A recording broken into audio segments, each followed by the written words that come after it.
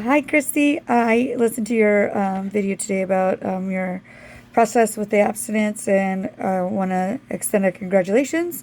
Way to go about turning your friends down. That's probably the hardest part, the social aspect, and I wanted to say good job on that. I love that your motivation is your kids or your daughter.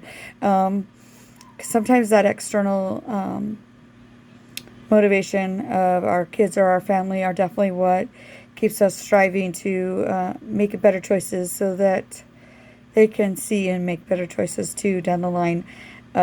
My babies, the two that are still in the house, are 13, almost 14, and 12.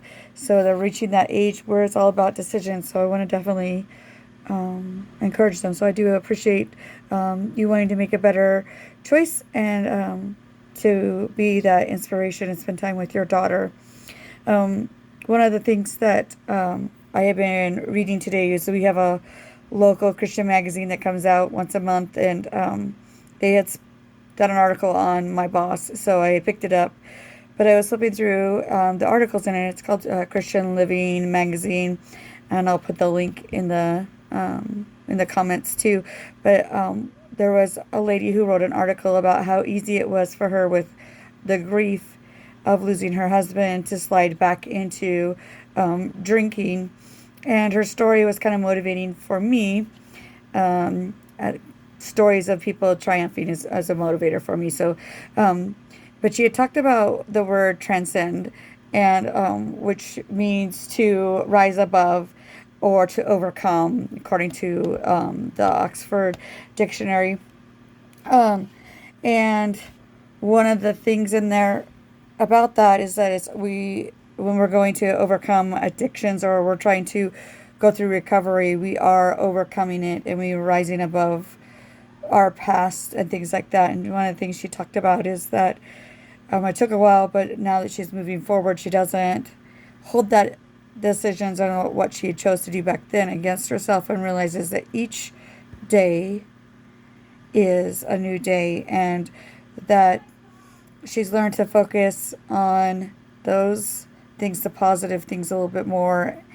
But she also mentions that when it comes to grief, how when you're in recovery, grief can derail or stop the progress of that maintaining sobriety or abstinence. Because before it was just social every once in a while, but as she watched her husband die and go through hospice and all of those things, it was easier to drink the pain away. And so I found it kind of, like I said, just a little more motivating on how to refocus and remember that we aren't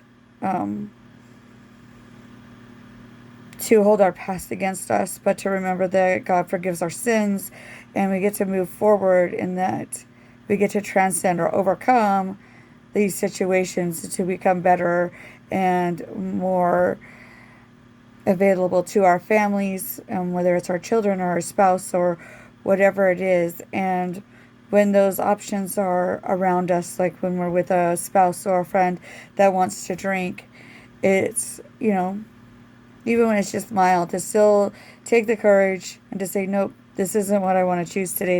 Instead, I want to remain in the abstinence of alcohol and move forward is always hard, because it's always easy to say, oh, just one. And I want to again commend you for sticking it up and continuing to grow with all those life changes going on in your world, between starting a business and your own a new job.